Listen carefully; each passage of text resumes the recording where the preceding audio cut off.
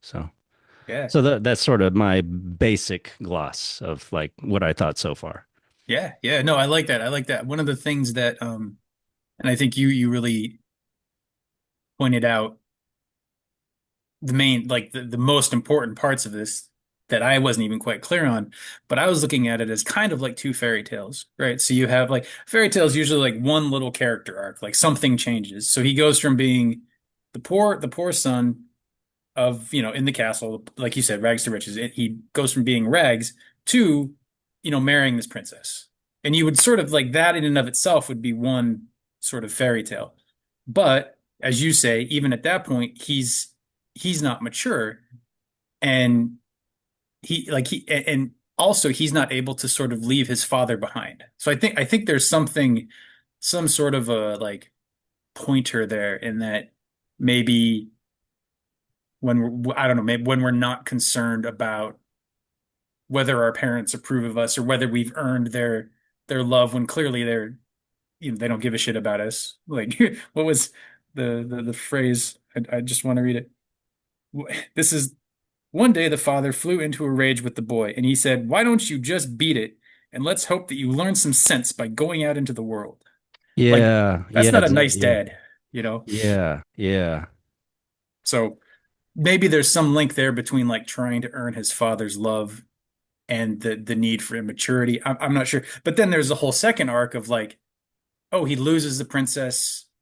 You could have a fairy tale where there's this immature prince who's about to marry the princess and behaves poorly and chases her off instead of breaks his vow from like the first part of the end part of the first fairy tale. Mm, Um, and then has to kind of win her back. mm. And I think it's really interesting the immaturity piece, like the winning of the princess, the sort of metaphorical, like, oh, you have gone through the trials and you have earned whatever the reward is, whether it's a kingdom or a bunch of money or a marriage or whatever. Um, that you also need to be prepared to, you need to be the person who can hold that thing that you win, and he wasn't, and so he has to go on like a second journey.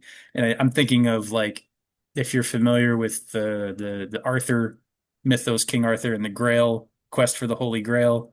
Not Um, much. fair enough. Maybe we'll do one of those. I love that That'd be whole the good. whole cycle. Okay, great. Yeah, that'd be great. But in the it's I think it's the story of the Fisher King. It's like the main Grail story. Percival has to go to the castle. He has to they're questing for the Grail. They're trying to find the Grail. And he manages through trials and tribulations. He ends up at the Grail castle and he makes a mistake and he doesn't behave properly in the presence of the Grail and the Fisher King who's wielding the Grail. Um, and so he's kicked out, and then he has to come back years later, and he asks the right question and receives the Grail, and everything works out. But there is this like that's often I've heard that story spoken about as like you have a few chances in your life to really like undergo some healing or have some sort of spiritual, uh, breakthrough kind of a thing. The Grail Castle, whatever the blessed place is, Mhm. you only have a limited number of times that you actually get to access that in your life. I'm not sure I agree with that, but that's a whole other topic. And so sort of like